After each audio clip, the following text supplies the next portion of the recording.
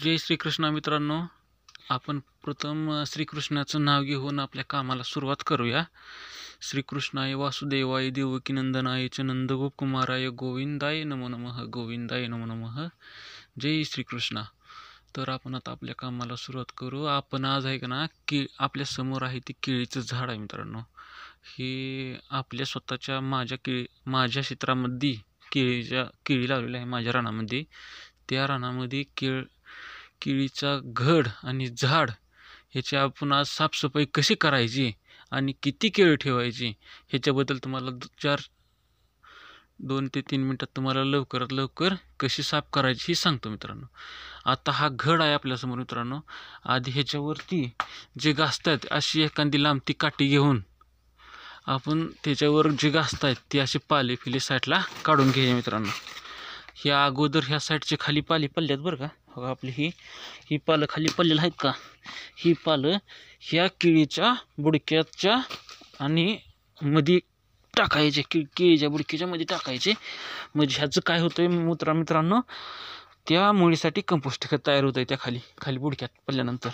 आणि ती खाली टाकल्यानंतर कंपोस्टच्या पॉवरमुळे क्वालिटी घडाची आणि चकाकी आणि शायनिंग एक नंबर येते मित्रांनो. आता ह्या ठिकाणी आपली ही काठी खाली ठेवली होती आपण. तर ह्या असे पाले पिले आहेत ना मित्रांनो, ते आज्या त्याच्यावरचे काढून खाली टाकायचे आहेत.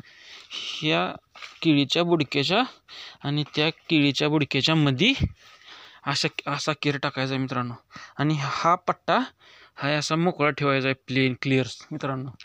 तर आपण आता घडाची माहिती बघत आहे मित्रांनो. आपण घडाला किती फण्या लागल्यात आधी ती चेक करायची मित्रांनो.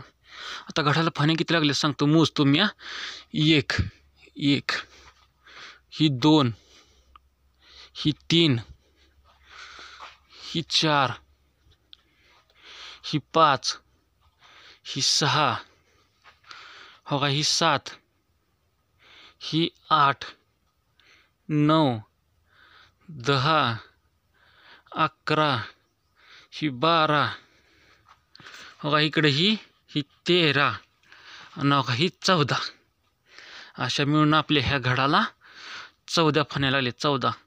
तर ह्या 14 फण्यातल्या आपण फण्या कमी करणार आहोत मित्रांनो आपण. तर ह्या 14 फण्यातल्या फण्या पण कमी करू खालून. तर हो का, ही फण्या कमी करते वेळेस आपण गोल फिरवायचं केळ. असं केळ गोल फिरवलं की बरोबर कट होतं. हो, हे असं कट होतं आणि हा केर तर मध्ये टाकायचा आहे मित्रांनो. घडाला 14 फण्या आहेत मित्रांनो, त्यातल्या आपण 2 कट करून टाकायच्यात फण्या.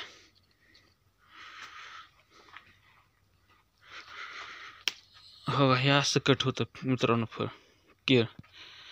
फक्त हे असं धरायचं, गोल फिरवायचं, असं धरायचं आणि असं गोल फिरवलं नाही असं कट होऊन खाली पडतं मित्रांनो.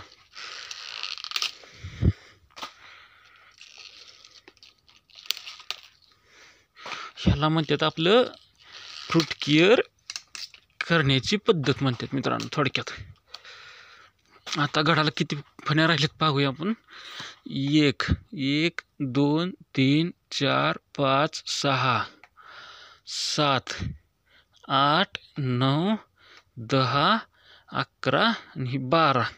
तर 12 मित्रांनो, आपण 12 फण्या ठेवल्यात झाडाला ह्या. तर 12 फण्या का ठेवले ते, तर 12 फण्या ठेवण्यामागचं एक कारण आहे मित्रांनो. ह्या झाडाच्या बुंद्याची साईज आपली 45 भरते. म्हणून 45 भरते, 45 ते 50 भरते. त्याच्यामुळं आपण संख्या 12 फणे ठेवलेत सर मित्रांनो ह्या घडाच्या. जेवढं आणि ही घडाची एवढी 12 फणे ठेवण्याचं कारण तेच आहे मित्रांनो. कारण का जे आपल्या घडाची साईज आणि लांबी ही तयार होणार आहे ते आपल्या बुंद्याच्या साईजवर तयार होणार आहे सगळी मित्रांनो. तर आणि केळीच्या फण्या ठेवण्याची पद्धत सांगतो मित्रांनो.